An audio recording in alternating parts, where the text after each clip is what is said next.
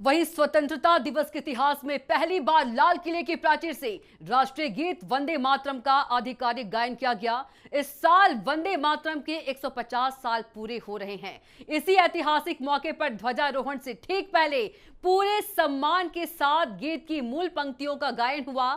यह पहली बार है जब स्वतंत्रता दिवस के आधिकारिक प्रोटोकॉल में ऐसा बदलाव किया गया कि इस ऐतिहासिक आयोजन को देश की सांस्कृतिक विरासत और राष्ट्रभक्ति से जोड़कर देखा जा रहा है। तो लाल किले पर पहली बार गूंजा राष्ट्रगीत वंदे मातरम, ऐतिहासिक पल का गवाह बना देश।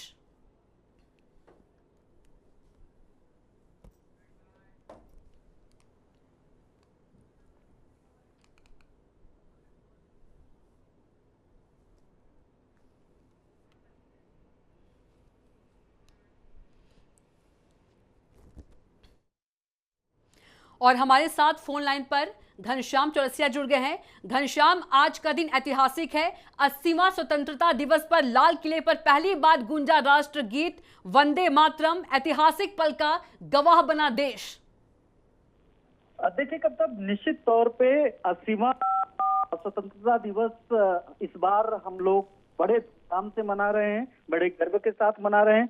पूरे देश भर में आज हर्षोल्लास की तस्वीरें, तरह तरह की तस्वीरें दिखाई दे रही है। और इसी कड़ी में एक यह सबसे खास इसलिए बन जाता है कि ये पहली बार इतिहास में होगा, आजादी के इतिहास में होगा, भारत के इतिहास में होगा, जब उत्तर प्रदेश समेत कई विधानसभाओं समेत लाल किले पर खुद प्रधानमंत्री नरेंद्र मोदी की मौजूदगी में पहली बार सभी छह छंद यानी वंदे मातरम की पूरे 6 छंद को एक साथ गाया गया। राष्ट्रगान के पहले पूरा का पूरा राष्ट्रगीत को गाया गया, जो इसके पहले कभी भी नहीं हुआ था, वो इस बार हुआ है। एक लंबी लकीर और एक बड़ा ऐतिहासिक निर्णय रहा और एक ऐतिहासिक तस्वीर आज देखने के लिए मिली। चाहे वो लाल किला हो, चाहे उत्तर प्रदेश का विधानसभा हो, चाहे इसके पहले लोकसभा जब सत्र चल रहा था, सत्र रहा हो, उत्तर प्रदेश में विधानसभा सत्र रहा हो, तो ये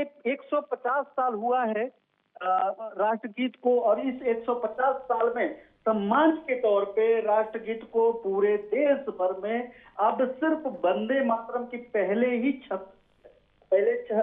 छंद को गाया जाता था, उसके बाद राष्ट्रगान शुरू हो जाता था। ये पहली बार है कि सरकार इसको पूरी तरीके से सम्मान देने जा रही है, पूरी तरीके से सम्मान दे रही है, जो इतिहास के पन्नों पे एक अमिट छाप छोड़ करके जा रही है।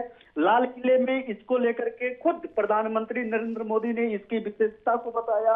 उस समय जब आजादी नहीं थी, लगभग 150 साल पहले, जब इसे बंकिम चंद्र चटर्जी जी ने लिखा था, उसके बाद इसको लेकर के तमाम तरीके के विवाद रहे, इसको हमेशा हाशिए पे रखा गया, इसलिए सभी 6 छंदों का लोगों ने विरोध किया। उसके बावजूद क्योंकि इसको पढ़ करके लोग इस देश को आजाद किए हैं, इस राष्ट्रगीत को गा करके ही लोगों ने अपने प्राणों की आहुति दी है, देश को आजाद कराया है। इसलिए सरकार ने इस दिशा में कदम आगे बढ़ाया है कि जिस राष्ट्रगीत को लेकर के हमारे लोगों में, हमारे देशवासियों को या चाहे हमारे पूर्वजों को, जिन्होंने अपनी प्राणों की आहुति दे करके, जान दे करके देश को आजाद कराया, हम उसको इस कदर अधर्म में नहीं छोड़ सकते, उसके साथ हम भेदभाव नहीं कर सकते। तो इसलिए राष्ट्रगान के पहले पूरा का पूरा राष्ट्रगीत गाया गया, गुनगुनाया गया, उसके बाद राष्ट्रगान गाया गया। तो एक तरीके से एक सच्ची श्रद्धांजलि उन पूर्वजों के लिए था,